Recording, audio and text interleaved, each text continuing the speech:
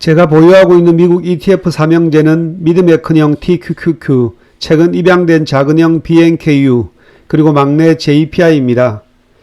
BNKU 이 시점에서 추가 매수가 맞는지, TQQQ 300일 이동평균선을 뚫지 못하는지, JPI 배당주는 지금 투자 가치가 있는지, 스스로에게 던진 이 세 가지 질문에 대한 대답을 다이나믹했던 3월 9일에서 3월 24일까지 지난 2주간 있었던 미국 시장 경제와 금융위기론과 엮어서 이해 쉬운 해석과 생각으로 말씀드리고자 합니다.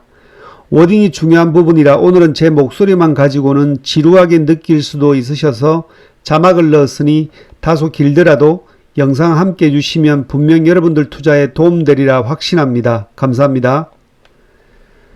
여러분들이 지겹도록 듣고 있는 연방준비제도 이사회 연준이라는 곳은 미국의 경제적 독립기구로 1978년 법률이 정한 정책 목표가 물가 안정과 고용 안정입니다.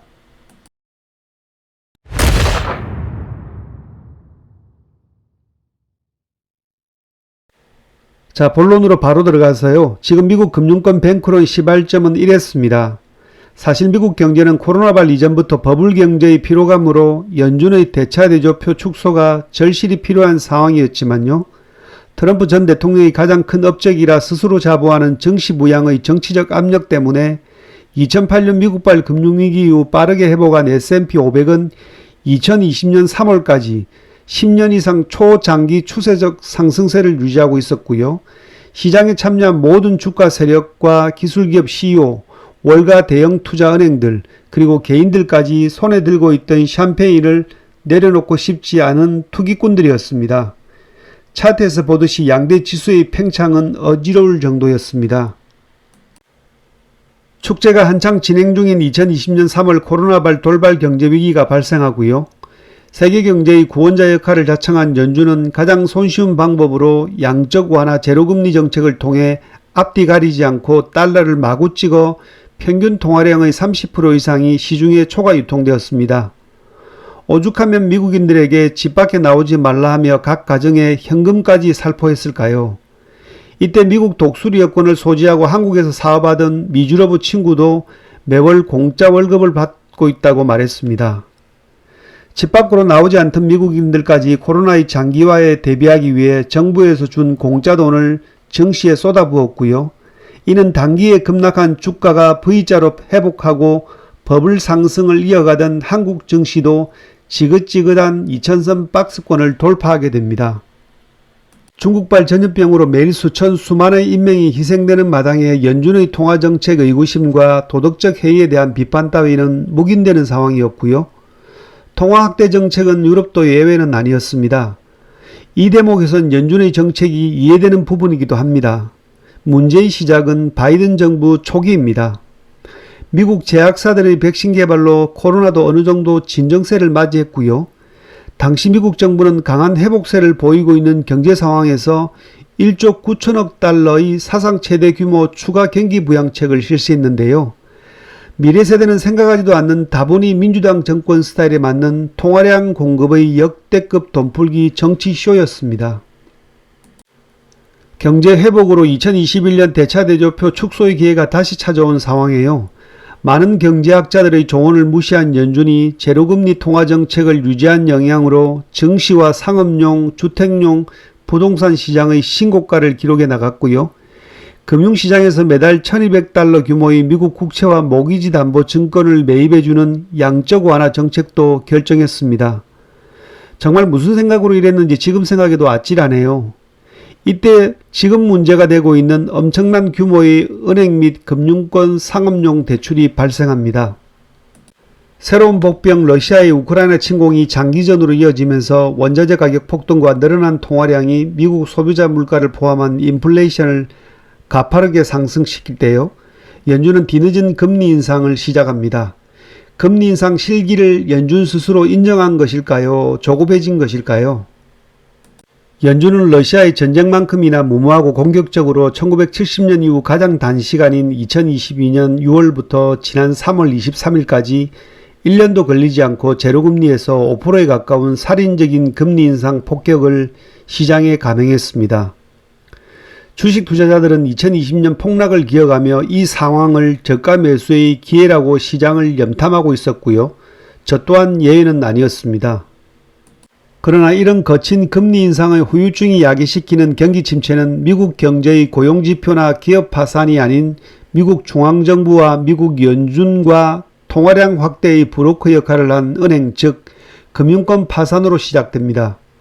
3월 10일 실리콘밸리 은행이 파산했고요. 3월 12일 시그니처 은행도 파산했고요.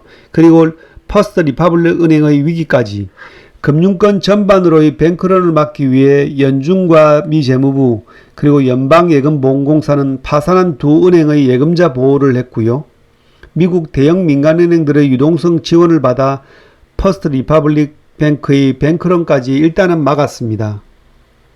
최근 뱅크런 은행들의 외형을 보면요. 금리 인상에 따른 기술 기업들의 자금난과 지역 특화 은행들만의 문제로 치부하고 싶겠지만 밀물이 들어와서 썰물이 빠져나간 자리에 상처가 고스란히 남는다라는 말처럼 청정국가로 인식하던 스위스 2위의 크레딧 스위스 은행까지 파산에 이어졌습니다. 탐욕과 방만한 그리고 신비주의 경영이 파산 원인이라고 하는 크레딧 스위스 은행은 최대주주 사우디 국립은행이 유동성 공급의 구제를 하지 않겠다라는 발표와 함께 한방에 맛이 가버립니다. 19일 미국 눈치를 보던 스위스 금융당국도 파산 이틀 만에 크레딧 스위스 은행을 4조 원의 헐값으로 스위스 1위 은행 UBS 은행에 매각했지만 170억 달러의 신종자본증권 AT1 채권은 영원으로 상각 처리해버렸습니다. AT1은 신종자본증권으로 우발 전환 사채의 한 종류인데요. 정상적인 은행 경영 상황에서는 채권이 되지만 은행의 자기자본 건전성이 악화되어 자본 비율이 일정 이하로 내려가는 특정 상황만 되면 주식으로 자동 전환되기 때문에 하이리스크 하이리턴의 채권이고 은행이 파산하면 채권자의 권리는 없어집니다. 크레딧 스위스 은행 주주들은 크레딧 스위스 은행 22.48주당 UBS 은행 한 주를 받게 되지만요. 크레딧 스위스 은행에 투자한 채권 위주의 자산운용사 핌코나 미국 4대 자산운용사 인베스코 그리고 블루베이 자산 등이 크레딧 스위스 은행 AT1을 보유한 것으로 알려지고 있는데요. 유럽의 지원을 받을 수도 없는 처지인 EU 비회원 국가인 스위스가 크레딧 스위스 은행의 파산 마무리 절차를 차질 없이 진행시킬 수 있을지 크레딧 스위스 은행 AT1을 보유한 자산운용사와의 법적 다툼과 은행 간 신용 경색이 금융권의 불씨로 남아 있습니다. 은행권의 도덕적 해이는 어제 오늘 이야기가 아니고요. 은행권의 도덕적 해이와 내부 위기는 전 세계적 현상이고 실리콘밸리 파산 훨씬 이전부터 조짐이 있었습니다. 동트기 전인 금리 하락 시기에는 보이지 않던 리스크가 동이 트는 새벽 금리가 상승하면서 기존의 낮은 이자율로 발행된 채권 가치는 급격히 하락하는데요. 실리콘밸리 은행은 예금을 돌려주기 위해 만기 전에 보유했던 미국 국채를 손실을 보면서 매각했던 소식이 과거와는 달리 모바일 시대에 분초 단위로 순식간에 정보 전달되어 뱅크런 패닉을 야기한 겁니다. 여기서 실리콘밸리 은행 파산 대목이 조금 우스운 이유가요. 실리콘밸리 은행은 21년 미국 테크 기업 붐으로 급격하게 늘어난 은행의 예금 유동성을 안전한 미국 국채와 MBS에 대부분 투자했기 때문에 안전한 미국채를 시장에 헐값에 던지게 되면 미국 정부와 연준 입장에서 곤욕스러울 수밖에 없겠죠. 그래서 미 재무부 옐런 장관까지 나서서 은행의 예금자 보호 발표를 통해 초기 진화한 겁니다. 지난 23일 3월 FOMC 회의에서 연준은요, 시장의 예측대로 0.25% 기준금리를 인상하고 연내 인하 계획이 없다라고 발표했는데요. 이는 물가 안정 및 주가 상승 등의 유동성 인플레이션을 의식한 발언인 것은 시장 참여자들이 다 알고 있는 사실입니다. 이날 FOMC 발언 중 언론에서 주목받지는 못했지만 기존 지속금리 인상에서 상황을 보고 인상하겠다는 발언도 있었습니다. 연준이 안심하고 있는 고용 부분도요. 이미 작년 하반기부터 빅테크 기업들 대부분이 감원 및 정리해고를 지금도 진행 중이고요. 작년 한 해 24만 명, 올해도 현재까지 21만 명이 해고되었는데 실업 청구 수당 건수가 여전히 20만 명 아래이고 실업률도 3.6%에 머무르는 것은 임시직을 포함한 서비스업, 소매, 유통 부분이 고용의 숫자를 여전히 채워주고 있기 때문입니다. 그런데 이 수치도 코로나로 쉽게 해고한 직원을 재고용하는 데 있어서 시급했던 고용주들 덕분과 경기 침체를 의식한 미국인들의 자발적 취업수가 증가한 현상이고요. 이미 미국의 5개 주 중 한 곳은 실업률이 전년 동기 대비 25% 이상 증가했다는 좋지 않은 보고들도 있습니다. 물가 지표 하락은 지금부터 속도면에서 기대하기 쉽지 않고요. 실업률의 증가도 경기 침체에서 필연적으로 발생되는 부분이지만 시급한 문제는 다른 곳에 있습니다. 그것은 옐런 재무부 장관이 지난 화요일엔 예금 보장, 수요일엔 전체 예금 비보장, 목요일엔 다시 전체 보장이라고 말을 바꾼 것과요. 3일 연속 미국은행 주식들의 급락과 미국에 상장되어 있는 도이치뱅크 주가 하락에서 우리는 힌트를 얻을 수 있는데요. 지금 곳곳에서 금융권 뱅크론 위기 신호가 감지되고 있기 때문에 연준은 작년 4월 이후 1년간 축소해오고 있던 대차대조표를 불과 2주 만에 파산은행 등의 유동성 지원을 위해 다시 대차대조표를 늘린 것을 보면 그만큼 시장의 사안이 시급한 것입니다. 그 다음 타겟은 도이치뱅크일까요? 마녀사냥일까요? 독일 최대 은행 도이치뱅크 주가도 연초 대비 폭락했고요. 신용 디폴트 스와프 CDS 프리미엄도 지난주 급격하게 상승했는데요. CDS 기준 표준인 5년 만기 프리미엄이 220bp까지 상승했고 1년 만기 프리미엄도 700bp가 넘기도 했습니다. 이는 주간 오름폭 역대 최대 수준인데요. 예전에 제가 미국 국가부도 위기에서 CDS 프리미엄은 한번 언급한 사례가 있습니다. CDS는 채권 발행 회사가 부도 또는 어려움을 겪을 경우 손실의 일부 또는 전부를 보전받을 수 있는 신용 파생 상품인데요. 예를 들어 A은행이 B기업에 돈을 빌려줄 때 B기업이 부도날 위험에 대비해서 금융기관을 통해 CDS 계약을 체결합니다. 도이치뱅크가 국제결제은행이 꼽은 40대 글로벌 은행이고 미국 골드만삭스, 프랑스 BNP 파리파, 영국의 바클레이 은행과 동급 체급인데요. 독일 총리도 안심해달라고 했음에도 불구하고 신종자본증권 AT1 가격이 하락하고 도이치뱅크의 미국 상업용 부동산 여신과 과거의 돈 세탁 연류 그리고 구조조정까지 들추어내고 있는 상황입니다. 기준금리가 가파르게 상승하면요. 은행들의 대차대조표 위협도 2020년 2월에 시작되었던 코로나 감염처럼 금융 리스크 감염과 유사합니다. 코로나 시절 겪은 것처럼 막연한 공포에 주식시장은 언제나 민감하게 반응하고요. 비이성적인 부분에도 반응합니다. 월스트리트 저널은 23일 도이치뱅크 풋옵션 거래가 수년 만에 최대이고 미국 헤지 펀드들이 은행 주가 하락에 베팅을 최근 많이 늘린 이유는 상업용 부동산 노출이 많은 은행들 때문이라고 지적했는데요. 미국 부동산 개발업체도 앞으로 3년 내 상업용 부동산 대출 1조 5천억 달러가 만기가 도래되는데 이 대출의 대부분이 기준금리가 제로에 가까울 때 시행됐기 때문에 현재 금리가 높고 부동산 가치가 낮으며 유동성까지 부족한 지금 시기에 만기 연장을 해야 한다며 적절한 조치가 없으면 부동산 대출의 4분의 3 이상을 차지하는 지역은행들은 다시 시스템 위기가 찾아올 수 있다고 우려했습니다. 지금 미국 월가에서 가장 걱정하는 부분이 대형은행, 중소형은행 할 것 없이 상업용 부동산 대출 은행입니다. 일반 주택용 부동산도 이미 붕괴되고 있는데요. 최근 잠깐의 반등은 있었지만 말 그대로 일시적 반등이었고요. 주택 판매수보다 주택담보대출 신청 건수가 최저로 낮아 있고 대부분의 미국인들은 지금 주택을 구매하기에 좋지 않다는 생각을 82%로 절대적입니다. 연준이 지금처럼 고용과 물가 지표의 하락 속도가 둔화되는 것만 가지고 금리를 결정하는 것보다는요. 금리 인상의 후유증인 금융권 뱅크런을 실질적인 경기 침체의 경보로 인식하고 금리를 인하할 것이라는 시장 기대감으로 금리 선물 시장은 5월과 6월에 금리가 동결되고 7월에 0.25% 오히려 금리 인하를 점치기도 했습니다. 이제 곧 4월이 시작되고 상반기의 절반도 지나가는데요. 은행 위기론으로 미국 경제와 신용시장에 미칠 영향은 앞으로 하반기에 실질적인 미국의 경기 침체와 맞물려 나타날 수도 있고요. 당분간 은행 이슈가 시장을 지배할 수도 있습니다. 이제 미국 정부가 연준의 통화정책에만 기댈 것이 아니라 미국 의회와 정치가 이 신용 문제를 풀어야 합니다. 오늘의 이야기를 마치면서요. 실전 투자 이야기를 해보려고 합니다.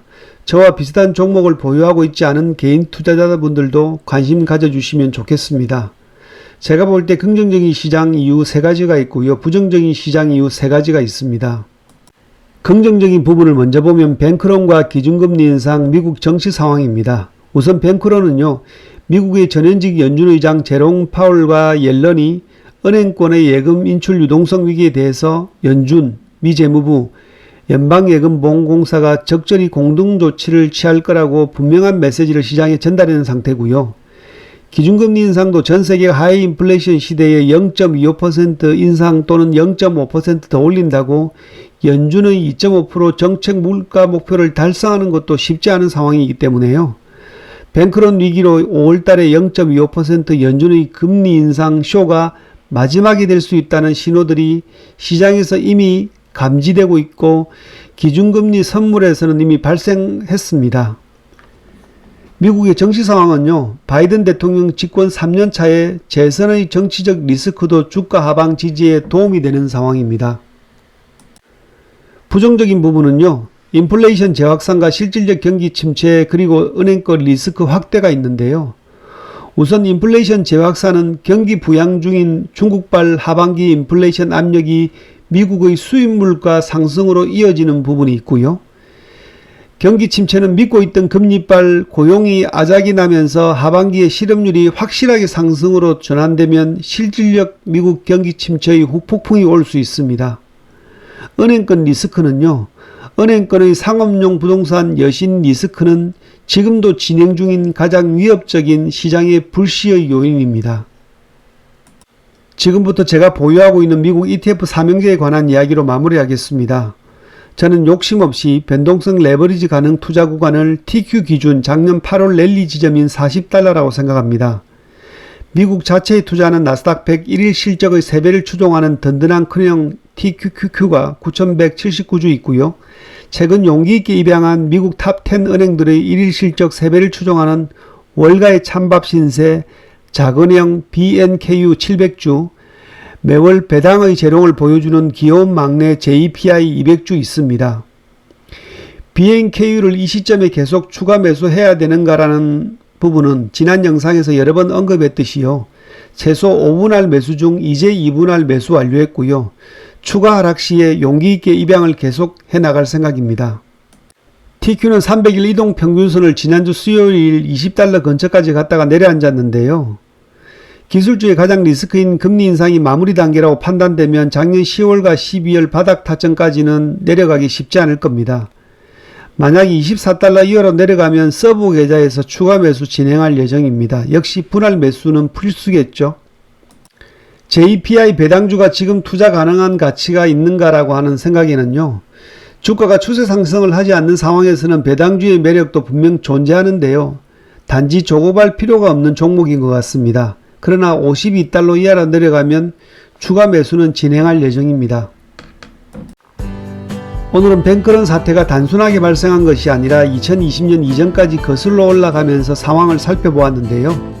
미국의 전설적인 투자대가 워런 버핏 어록 중에서 남들이 두려움에 떨 때 매수하라고 했는데 지금 두려움보다 더 큰 두려움이 아직도 시장에 남아있을지는 모릅니다. 그래서 우리 개인들이 할 수 있는 건 분할 매수 시장 접근이고요. 분명한 것은 단기 트레이딩을 하는 것이 아니라면 지금 미국 주가는 장기적으로 충분히 투자할 만한 시작 포인트라고 판단합니다. 지나고 보면요, 항상 주가 바닥은 심리가 만들어낸 결과물이었습니다. 오늘 많은 것을 말씀드리고자 영상이 길었지만요, 저도 준비를 참 많이 했습니다. 지금의 하락 멘탈을 잘 견디시고 미국 주가의 상승을 믿는 청취자 여러분들의 건강하고 상식적인 미국 주식 장기 투자 문화를 응원합니다. 구독, 좋아요, 알림 설정, 영상 준비하는데 정말 큰 비타민입니다. 안 바쁘시면 구독, 좋아요 부탁드리겠습니다. 감사합니다.